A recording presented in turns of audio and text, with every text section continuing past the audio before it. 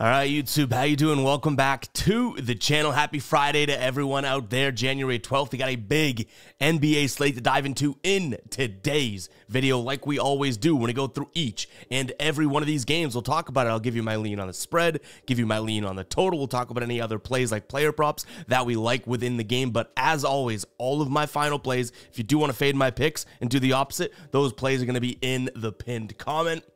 Unhappy to report that our 3-day winning streak comes to an end yesterday. Chet Holmgren really the only one that comes through for us. Shea may have hit if it wasn't a blowout.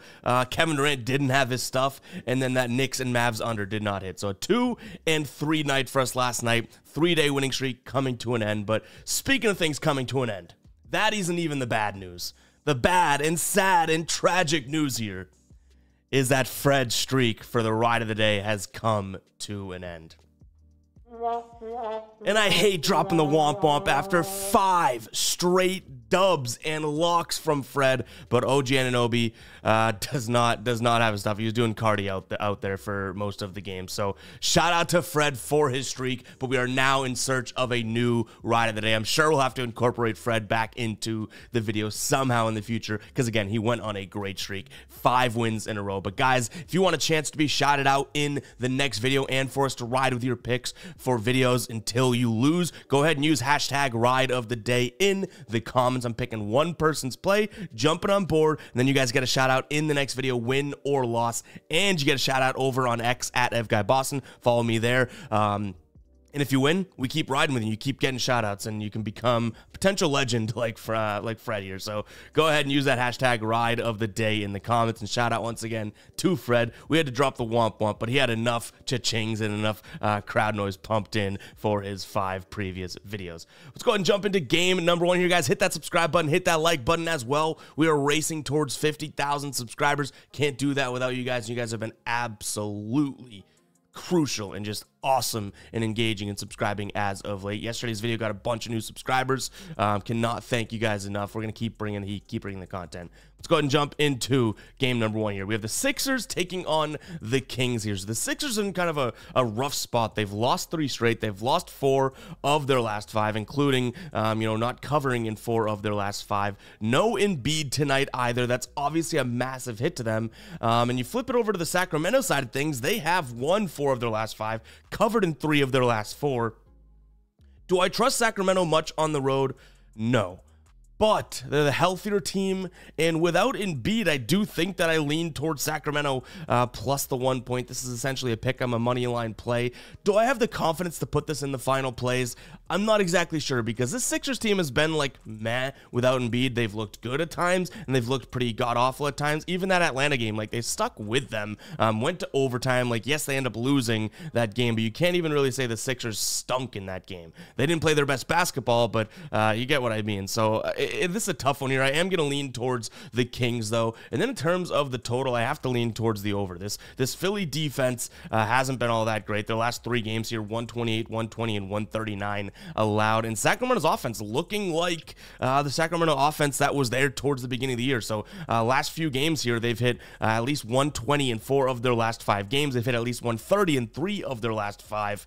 So yeah, I'll go ahead and lean towards Sacramento again. If this Philly defense was firing on all cylinders, I think that Sacramento's offense has a little regression here, right? I don't necessarily see that happening, so I'll slightly lean towards the over. I'm not sure if either one of those make it into the final plays. When you have such a superstar and obviously MVP talent on a team and he's out, it's like, all right, well, there's a big wrench thrown into things here. And speaking of wrenches, a player prop in this game I'm considering is looking at Tyrese Maxey under 42.5 points, rebounds, and assists.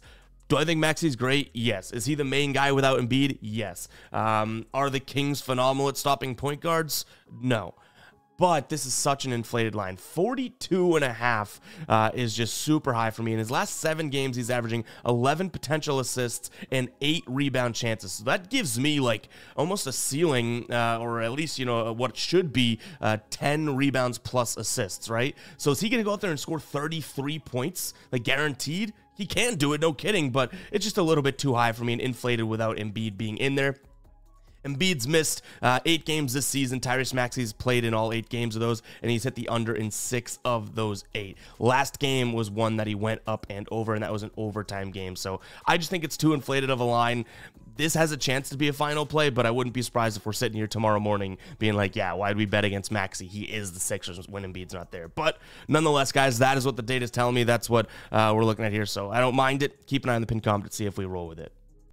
All right, before we get going, I almost forgot to tell you guys, Sleeper has a free square going on right now for new users. For all users, they also have multiple NFL promo squares going on right now. But for new users, guys, you can get your first deposit matched if you use the link in the pinned comment, or just download the Sleeper app and use code GUYBOSTON. You'll get the same deal. But Nikola Jokic here, they've knocked his points line down to 0.5. I have a feeling that Jokic can at least drop one bucket in, right? MVP caliber player. That's tough to say. Go ahead and check it out, guys. That Sleeper link, again, is in the pinned comment. Go take Jokic over 0.5. If you don't know what Sleeper is, you combine 2 to 8 player props in a slip. Obviously, the more you get right, the more you win. And what I love about Sleeper is they don't follow the fixed payout structure like all the other apps out there. That's what makes them unique. Each and every pick has its own multiplier based on what the line is and everything like that, right? And this Jokic square at 0.5 has its original points multiplier, which is really cool. So go check out Sleeper, guys. Again, link in the pinned comment. Let's go ahead and get back to the slate here. We're looking at game number 2. All right, next up, Hawks taking on the Pacers. Another game in which major injury could, be sort of a wrinkle in this game. Tyrese Halliburton out with a hamstring. I think at least 2 weeks, right? It's been a couple games, so he probably has just under 2 weeks at minimum before he gets back here. This is a weird game because you have 2 teams that don't play defense with good offenses. But how good is that Indiana offense without Tyrese Halliburton? I don't think nearly as good. Like, he is the gear that makes that thing go. They scored 112 against a Washington defense a couple nights back, right, without him. So I don't really think their offense is there. And this Atlanta offense is looking fairly good, fairly stable. They did beat OKC a few games ago in a good spot. Indiana pumped them the next game, so obviously there's now a revenge spot here. Give me the Hawks. I hate to have 2 games in a row where I'm kind of like on the fence here of I don't think this makes its way into a final play, but 5.5 points seems like a hell of a lot to trust a up and down Hawks team and one of the worst against the spread teams in the entire league. I say one of the worst. They're by far and away the worst against the spread team in the entire league. They're 9-27 against the spread. Detroit, the second worst team, is 14-23. So it's like this Hawks team is terrible, covering just one fourth or one whatever it is of their games. And when they're at home, it really doesn't get any better. They're 3-12, even worse at home against the spread. So I don't know if we lay those 5.5 points, but to me, I really can't trust the Pacers without Halliburton. That's what it's going to come down to. And some people might be like, oh no, they still have pieces. Yes, pieces, but Halliburton is the guy. It's not the Miles Turner show without Halliburton or anything like that. Truly, Halliburton is the guy, and I'm not saying bet against the Pacers always without him, but you're going to rarely find me bet on them without him. So give me the Hawks kind of as a small lean here. Total at 252. I don't mind the under. I just can't really get myself there. I'm having a hard time getting to the over, to be honest, just because Halliburton's out. I want to see if that Indiana offense can be, what we know it is, even without Halliburton. I truthfully don't believe that it can be, but what a good defense to test that against, right? The Hawks are probably going to let up 1,000,000 points, so I'm going to slightly lean towards the under here. But the one play that we could be rolling with in this game, like the first game we talked about, Sixers-Kings, the spread and the total are kind of like meh to me, but I do think we have a player prop here that I don't necessarily mind. So let me throw up Outlier on the screen, guys. If you want to check out this tool, 7-day free trial with the link in the pinned comment. Absolute amazing player prop research tool. But this is DeJounte Murray over 23.5 points. His last 2 games here, so the 2 games this season against the Pacers, he shot the ball 19 times. So we know that we have the volume there, and he's dropped 28 and 30 points against them. If you look at this from a season perspective, okay, that's a high number. He hasn't been really around there, but last 5, the dude's heating up. The only one he hasn't hit, he pretty much is 1 bucket away from cashing here. So yeah, I don't mind DeJounte Murray in this spot. Also from an injury report perspective, Trae Young probable, Clint Capella probable. If some of those those guys don't get the run, then geez, I don't mind DeJounte Murray being the guy there either, right? So keep an eye on the pinned comment. That also has a chance of being a final play. Guys, there's way better spots on today's NBA slate. I don't decide the order necessarily. I know we could kind of fudge it, but yeah, way better spots on today's slate than these first two games. All right, next up, we got the Pistons taking on the Rockets. Don't need to spend too much time on the spread here. I'm going to lean towards the Rockets. This Pistons team, even against the Spurs, get their doors kicked in, right? Losing 130 to 108. So it's like this team, especially without Cade Cunningham, like, what are we doing here, right? Can't trust them whatsoever. The total at 227.5. I have to take a peek at the under, just because Houston's such a better defense than what we have, you know, than one, what I guess you could say Detroit has played lately, right? And then two, just the fact that, you know, this Houston team could blow them out. This thing could get fairly slow. So I do have two player props that I like in this game as well. One being Jalen Duren over 14.5 points. Also considering his points plus rebounds and assists. We'll see, but, you know, since Cade Cunningham being out, and we'll talk about Jaden Ivey in a second as well, it's been a two-man show. Bogdanovich could miss this game as well. He's questionable, so that would be great for both of these guys to get an uptick of volume. But even if he plays, these guys have been shooting the ball plenty here. So 2 games here without Cade Cunningham. Jalen Duren, 14 attempts and 16 attempts, 16 points and 21 points as well. So I don't mind his spot there. One plus money play that I love, and this is going to be kind of a crazy one because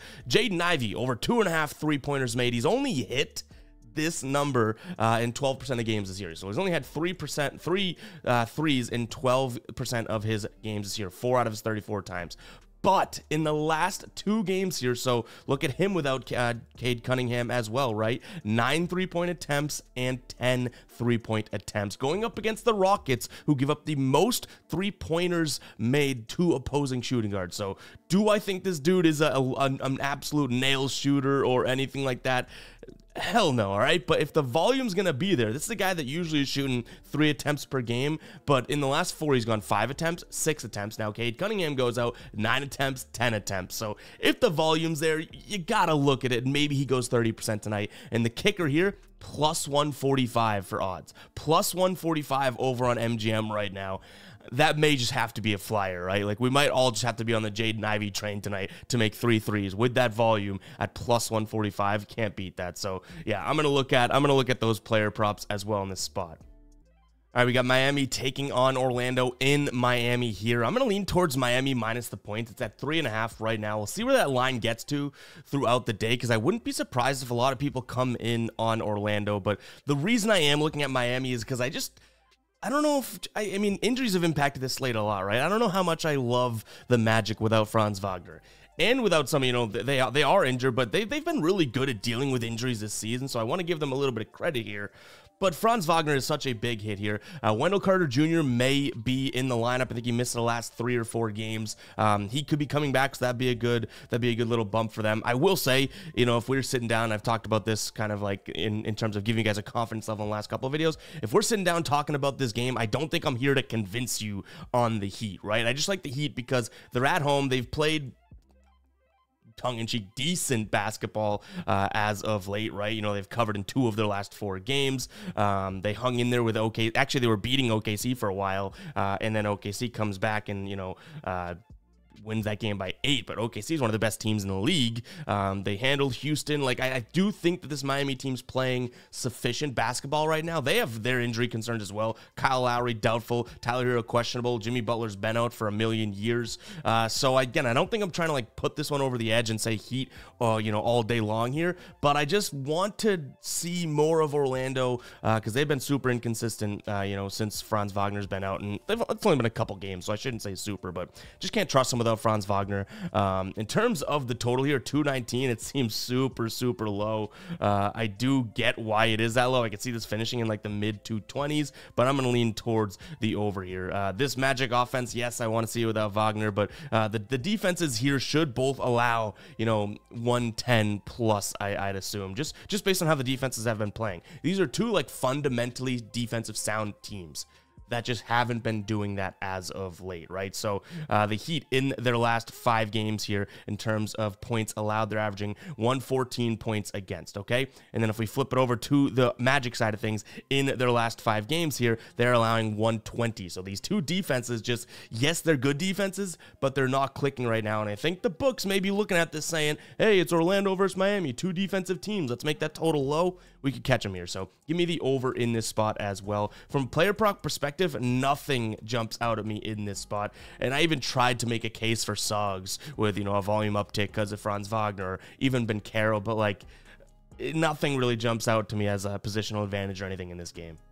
And with all the injuries, like there's only a few names that are even available right now. Like I'm looking at Hero, Bencaro, and then Suggs is the only names that I'm even seeing player props for. So the pool wasn't that big either.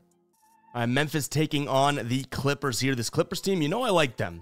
And they've been playing well, right? 7 of their last 10 here, actually 7 of their last 9 if you drop the tail there. They've covered in just 5 of their last 10, though. So they're winning games, not necessarily covering. Now, they've had to lay some big numbers, like Toronto. They're 10-point favorites there, and they win that game by 6. So it is kind of tough, whereas Memphis over here has won 3 straight games. Now, Ja Morant's gone, right? Then all of a sudden, Marcus Smart's out. Like, John Conchar is starting at the 1 for them today. Luke Kennard, Desmond Bane, Tillman, Jackson, like not the best of starting lineups when you compare it to a team that has Harden, Paul George, and Kawhi Leonard. But that being said, we're sounding the psycho alert alarm. I kind of like Memphis to keep this game close at home. I don't think they win this game outright. If they do, great, because we lean plus the points. But I do think that 7.5 seems like it's a little bit too much. Now, I think it makes sense why that line is there. I'm not saying the books are wrong or this is a crazy spot. Like, I get why it's there. So I'm not saying, oh my God, hop on this right away because the books made a mistake or something. No, I get why it's there. I just think it's too much. This Memphis team, it's in their like DNA, and it has been since, I want to say, I don't know, maybe the better part of a decade, right? That they're this gritty, grind it out team. They always have guys like that. And I just don't see this team rolling over and dying. Injuries, like, Ja Morant goes down, you'd expect them to just go out there and flop, right? Like, oh my God, no Ja Morant, our season's over. They beat Dallas 120-103. Like, we got to give them a little bit of credit here. If they get smoked in this game, then fine. Everything I'm saying is wrong, and now we can kind of analyze the Grizzlies better moving forward. But for now, I think that this Grizzlies team can keep some games close. I understand it's a crazy lean. That's why we sound the psycho alert alarm. But 7.5 just seems like it's a little bit too much for me to lay as the Clippers on the road here. Again, Clippers probably win this game, but I could see this being like a 118 to 113 game, right? Which brings us to the total here. Slightish lean towards the over. I think this game gets to 230.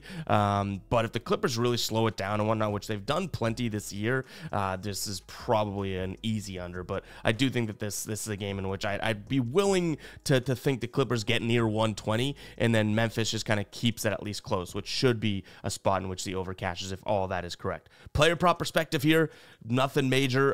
Don't really love the Clipper side of things, and Memphis, like you're just rolling the dice at that point if you're looking at player props with all of their injury news. So nothing jumping off the page to me there. All right, Minnesota taking on Portland. Based on what we've seen from Portland lately, like last night when the Thunder beat them 139-77, game before they only scored 84 points against the Knicks, this should be a game in which Minnesota bounces back from an overtime loss. Now they're at home, overtime loss against the Celtics. This truly should be a game in which Minnesota comes to play. The line is massive. Like, the line is massive, but I'll trust Minnesota in this spot. On no rest, too, in terms of where the Trailblazers rank here against the spread. They're actually good, 5-1, so I guess take that for what it's worth, but you got to look at the recent play, and that trumps it right now. Do we make -14 a final play? Probably not. That is a crazy high number. Minnesota can win this game by 12, dominate, and Portland still covers, right? So it probably doesn't make its way there. And I don't mind the over. Now, you're probably like, that is absolutely crazy. You just talked about how Portland can't score the ball and all that, but at how long can this team score, 70 points, right? Like, it just seems like at some point we got to look at this and say, okay, well, Portland, go score at least, give me 100 points, right? And this could be now a chance to hit the over 221 here. So as crazy as it is, I'm also going to be looking at the over in this spot. 221 just seems a little bit too low. I think that this is obviously a team that struggled to score, but neither one of these probably ends up making it into the final plays. But if this game goes according to plan in my brain, this could be like a 105 to 115 floor type game, which is Minnesota by 10, and we're right there. Like I said, floor. We're only talking about a couple more baskets to hit the over. Player props I don't mind in this game. Rudy Gobert points. Guys, I think we can keep taking big men against this Portland team. They have no interior defense whatsoever. Chet Holmgren last night played barely any minutes in cashes, for us. He was the only guy that did cash. So yeah, I like this spot for Rudy Gobert. Karl-Anthony Towns, I'm not seeing his lines out yet. He's not on the injury report. Actually, Gobert is as questionable, but when Towns lines come out, if they're not crazy high or super, juiced or whatnot, we might consider that as well, because anyone that's around the hoop against this team, I don't mind looking at. So again, Gobert and Towns overs in points here. We'll keep you updated on the pinned comment, but Gobert right now, his line's at 13.5. I don't mind this spot. He hasn't really been doing it all that much this season, but again, this is a matchup that we're looking at, not necessarily a player profile. And he sat out last game. Hopefully he's healed up, and I think it was a hip or leg injury or something. Maybe he's healed up and rested, but again, wouldn't mind Towns if his line isn't all that crazy either. Bulls taking on the Warriors here. Bulls favored at home, -3.5. Guys, I don't like either spread side in this spot. You have the Bulls, who have been playing a couple games at home here, right after this heading to San Antonio for at the beginning of a road trip, okay? So they're starting a back-to-back. Yes, it's not really a look-ahead spot to the Spurs, but they might be looking ahead to that road trip. And then the Warriors here, maybe even a worse situation. So they played tomorrow as well. They're going right to Milwaukee and continuing this road trip after. This will be their first game at home in 7 games. And they've played, I think, 9 of their last 10 at home. So I don't love Golden State spot either. So I'll just like slightly lean towards the Bulls, because their look ahead spot maybe is less, ominous, or like a shadow over them, right? Like grueling. But I don't really love it. So I'll lean Bulls -3.5 here. Total sitting at 228. I also like the under, because again, I think this could be a game that they may sleepwalk through, potentially, just based on what they have upcoming. My favorite play in this game is going to be looking at DeMar DeRozan over 4.5 assists. Guys, if you like his assist lines, you might as well get it in early, because these things have been getting juiced his last couple games, because he's been cashing. He's hit this in 59% of games this season. In his last 20, he's hit it in 75%, and he's finished on the hook 3 times. And what's great is that with Zach LaVine, he's actually been doing this even more than Zach LaVine obviously just getting back, right? But with Zach LaVine this year, he's hit this in 67% of games, 76% of games. It gets even better, percent of games this season. Last 7, averaging 9.1 potential assists. So I like what we have from a volume perspective, and obviously how much he's getting the ball. So I like his over and assists. I also don't mind him in points. The Warriors, I think, allow, it's either the 6th or 7th most field goals made from the mid-range. That's where DeMar DeRozan makes his bread. But I think I like his assists even more.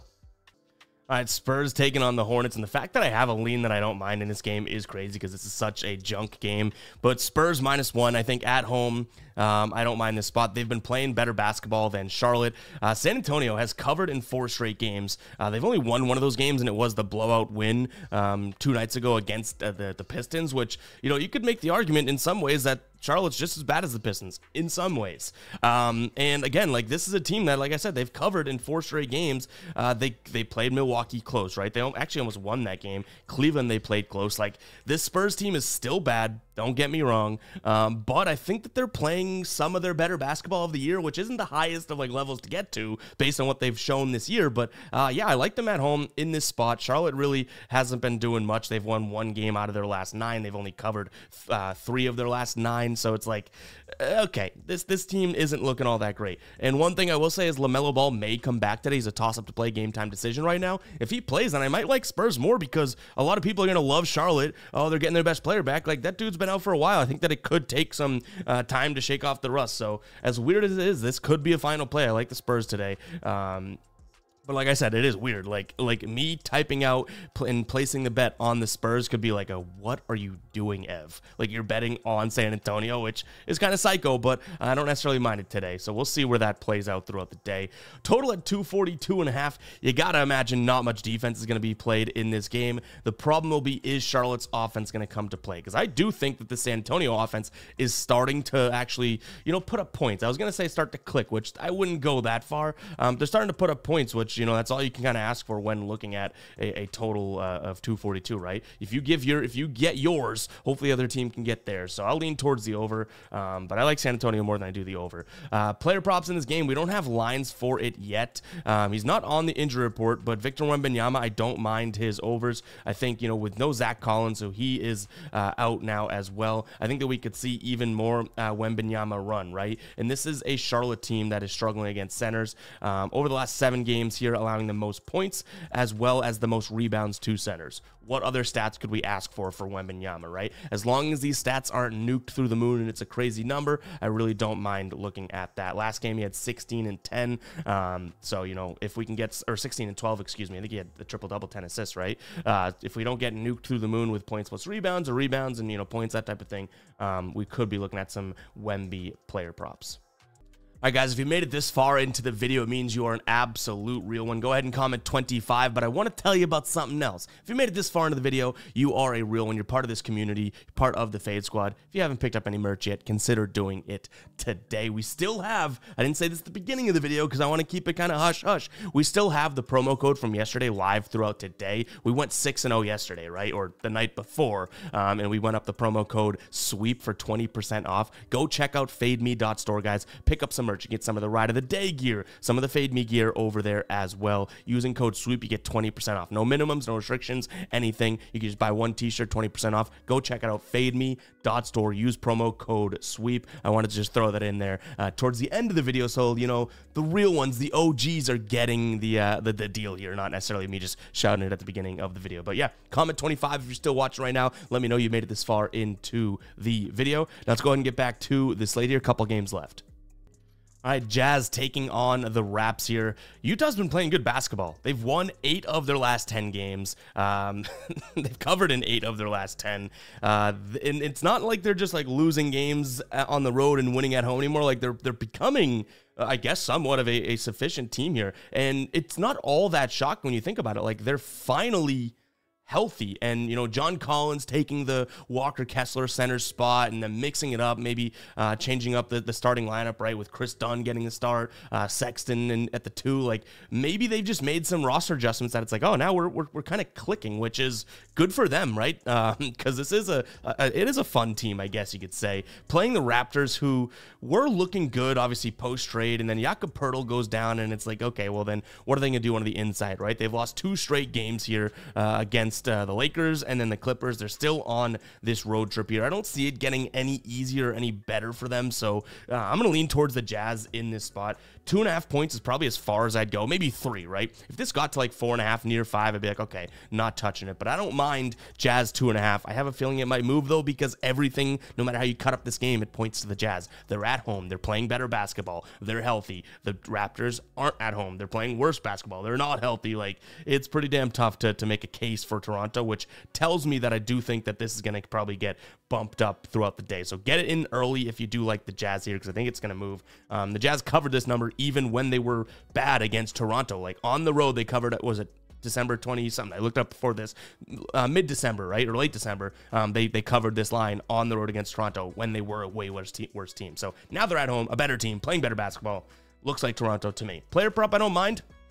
John Collins, over 21.5 PRA. We cashed his 19.5 with ease against Denver. That was one of my favorite plays, probably of the year, to be honest. Now they've bumped it up to 21.5. I definitely don't like it as much, but still, the dude has been playing well. 5 straight games of hitting this number, and again, he's getting that center run. This Toronto team doesn't have the biggest inside presence without Jakob Poeltl there, and Toronto on the season allowing the 7th most points to the center position, the 9th most rebounds to the center position, and the 10th most assists to the center position. John Collins should continue to get his run, continue to get his buckets. He's shooting really well as well. So last 3 games here, actually, well, last 4, 63% from the field, then 90% from the field. If he does that, cash this, right? Then he shoots 53% from the field and then 60% from the field. So he's making his shots here, and he's putting in 1 to 2 threes a game as well. So I like his chances from an offensive perspective here. There's a couple other player props I also honestly don't mind either. Chris Dunn's assists, it's a little high at I think it's 5.5. Let me double check that. I believe it's 5.5, which I don't necessarily hate, just given the fact that the volume has been there. Yeah, it's 5.5. The volume has been there. He hasn't been consistently hitting it, but he had 13 assists on that game in late December. 13 assists against this Toronto team. So that says something, right? Now the total sitting at 237.5.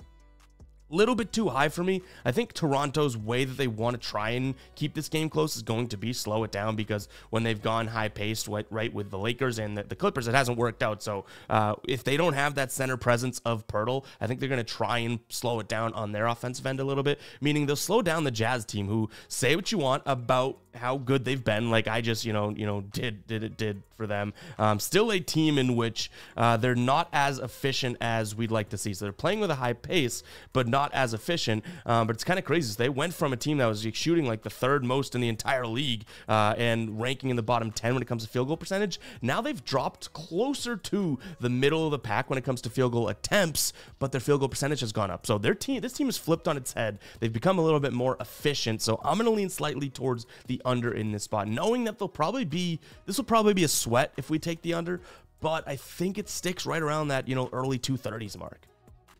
This game, maybe not even worth getting into yet. We have Denver taking on the Pelicans, but Murphy's questionable, Zion's questionable, Ingram's questionable, and then CJ McCollum's questionable. So it's like, are these guys playing? Because it's a pretty damn big deal if they are not, right?